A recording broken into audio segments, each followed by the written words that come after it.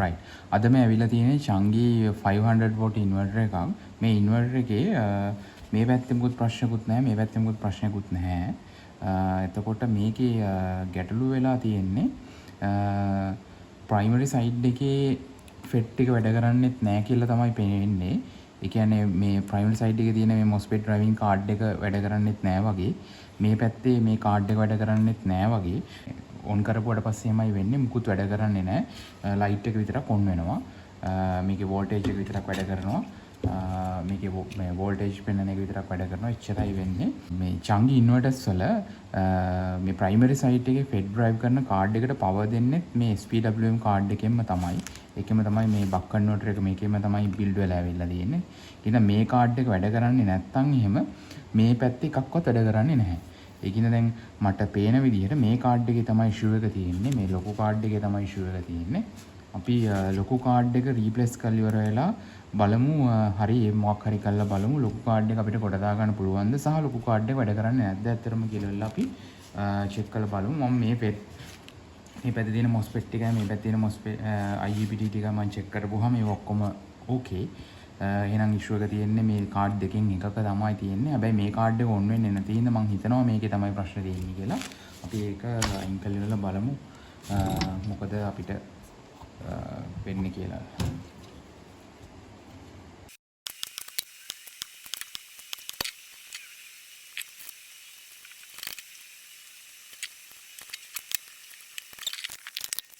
right. අපි card එක නම් ගලව අරගත්තා. මේ තියෙන කාඩ් එක. කාඩ් එක ඩැමේජ් එකක් වෙන්නේ නැති වෙන්න ගලව ගන්න උපරිම try කරා. මොකද මේක දෙපාරක් තුන් පාරක් මේක රීප්ලේස් කරන්න නම් බෑ.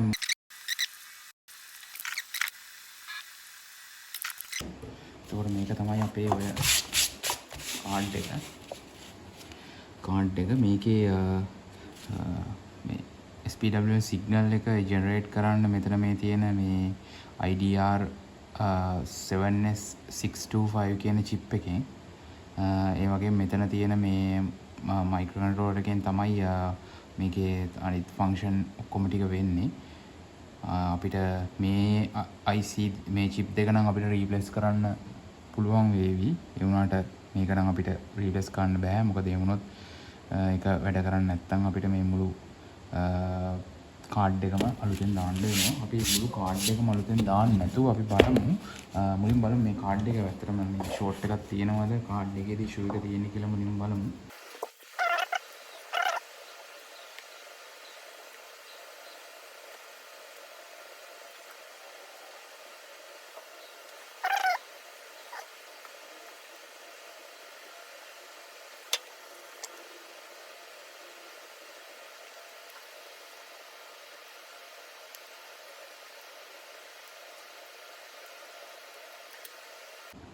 මේක වැඩ කරන්නේ නැහැ පව දුන්නට.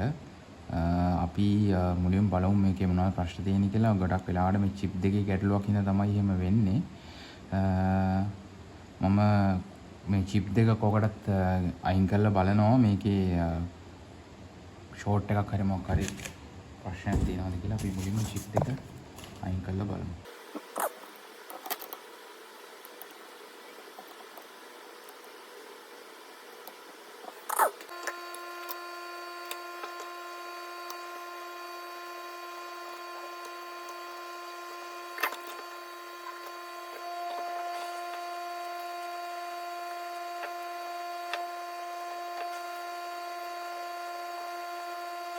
චිප් දෙක නම් අපි අයින් කරගත්තා. අපි දැන් බලමු මේකට පවර් දීලා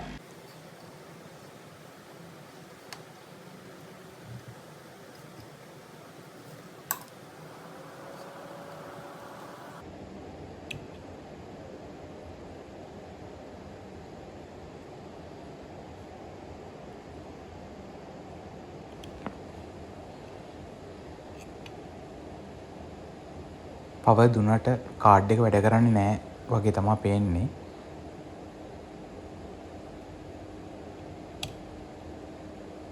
ආයෙත් බලමු. මේක වැඩ කරනවා නම් මෙතන ලයිට් එකක් තියෙන එක පත්තු වෙනවා. ඒ කියන්නේ කාඩ් එක වැඩ කරන්නේ නැහැ වගේ තමයි පේන්නේ. ඒ කියන්නේ බෝඩ් එකට පවර් 5 වෝල්ට් මයික්‍රොචිප් එකට 5 වෝල්ට් යන්නේ නැහැ. එතකොට පවර් පැත්තෙත් පොඩි ඉෂුව එකක් තියෙනවා.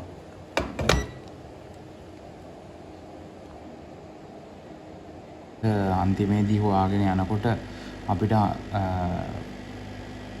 හම්බුනේ ඒ කියන්නේ මේ සිග්නල් ජෙනරේෂන් සයිඩ් එකට වෝල්ටේජ් එක දෙන මෙන්න මෙතන තියෙන රෙගියුලේටර් එකේ ෂෝට් එකක් තමයි තිබ්බේ. එතකොට අපි මේ රෙගියුලේටර් එක මාරු කරා. තව ඒ වගේ කාඩ් එකක තියෙන පොඩි රෙගියුලේටර් එක මාරු කරා. මාරු කරලා ඉවර වෙලා අපි බැලුවා මේකට පවර් දීලා කොහොමද මේක වැඩ කරනවද කියලා. පේනවා ඇති ලයිට් එක පත් වෙලා ඔෆ් වෙලා ගියා. ඒ කියන්නේ ඇත්තට මෙතන ඉෂුව වෙලා තිබ්බේ මට හිතෙන්නේ මේ රෙගියුලේටර් එකේ තමයි. බෝඩ් එකම දාන්නත් තිබ්බා. ඒ වුණාට අපි බෝඩ් එක දැම්මේ නැහැ. බෝඩ් එක දාන්න නැතුව තමයි මේක චෙක් කරලා බැලුවේ.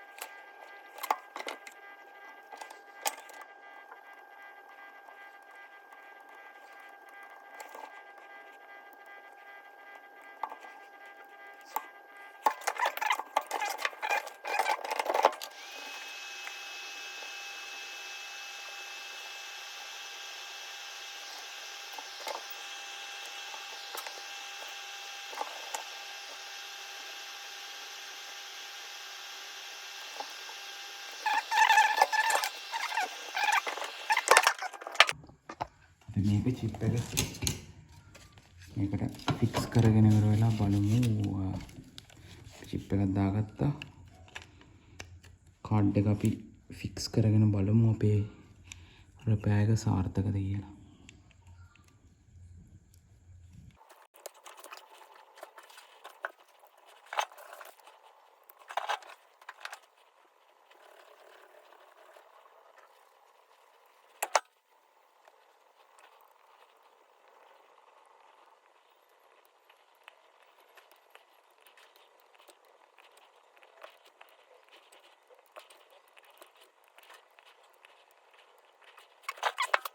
පාසගෙන නම් ඉවරයි. දැන් ඉතින් අපිට තියෙන්නේ මේක ප්ලග් කරලා බලන්න මොකද වෙන්නේ කියලා.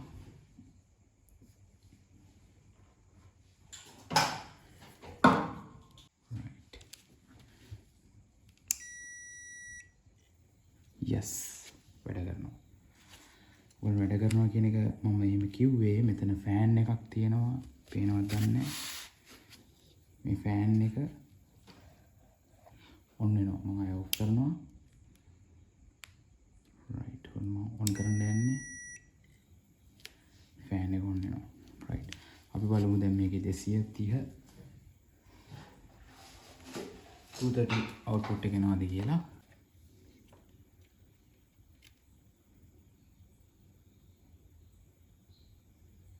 දිසිවිසි අතක් එනවා. රයිට් ඒ කියන්නේ අපේ පැයක සාර්ථකයි.